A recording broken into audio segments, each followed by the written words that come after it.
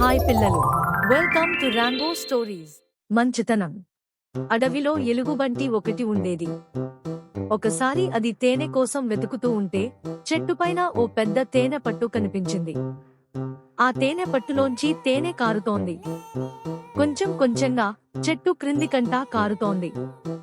ఎలుగుబంటి ఇంక ఊరుకుంటుందా? వెళ్లి దానిని నాకటం మొదలుపెట్టింది. అది చూశాయి తేనెటీగలు. అమ్మో, ఈ ఎలుగుబంటి తేనెను నాకి ఊరుకోదు, మళ్ళీ చెట్టెక్కుతుంది. మన తేనె పట్టును పట్టుకుని దాన్ని పిండి తినేసేటట్లుంది అనుకుని దాని మీదికి దూకి కుట్టసాగాయి. అది గమనించిన ఎలుగుబంటి చేతికందిన రాళ్లను, ఆకుల్ని, చెత్తను, చెట్టుకొమ్మల్ని వాటి మీదకు విసిరేస్తూ గంతులు వేసింది. తేనెటీగలేమో వాటి నుండి తప్పించుకుని దూరంగా ఎగురుతూ మళ్లీ తిరిగి వచ్చి దాన్ని కొడుతూ పోయాయి. కొద్దిసేపటికి ఎలుగుబంటేమో తేనెటీగల నుంచి తప్పించుకుని పారిపోయింది.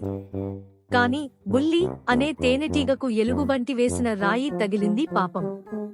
దాని రెక్క కాస్తా విరిగి వేలాడసాగింది. అది నేలమీద పడిపోయింది. తేనెటీగలన్నీ దాన్ని చూశాయి కాని ఏమీ చేయలేక ఊరుకున్నాయి.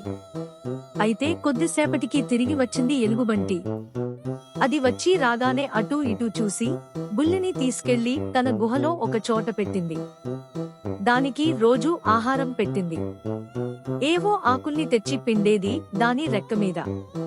అట్లా కొన్ని రోజులు గడిచేసరికి బుల్లి రెక్క అతుక్కున్నది. అది ఎగరగలిగే స్థితికి రాగానే ఎలుగుబంటి దాన్ని విడిచిపెట్టింది. బుల్లి తన బంధువుల దగ్గరికి వెళ్లి ఎలుగుబంటి మంచితనం గురించి చెప్పింది.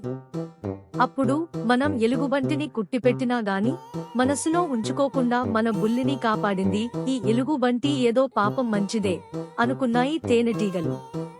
అవన్నీ ఎలుగుబంటి దగ్గరకు వెళ్లి క్షమాపణ కోరాయి. తాము సేకరించిన తేనెను ఎలుగుబంటికి బహుమతిగా ఇచ్చాయి. చూస్తుండగానే ఎలుగుబంటి, తేనెటీగలు మంచి స్నేహితులైపోయాయి.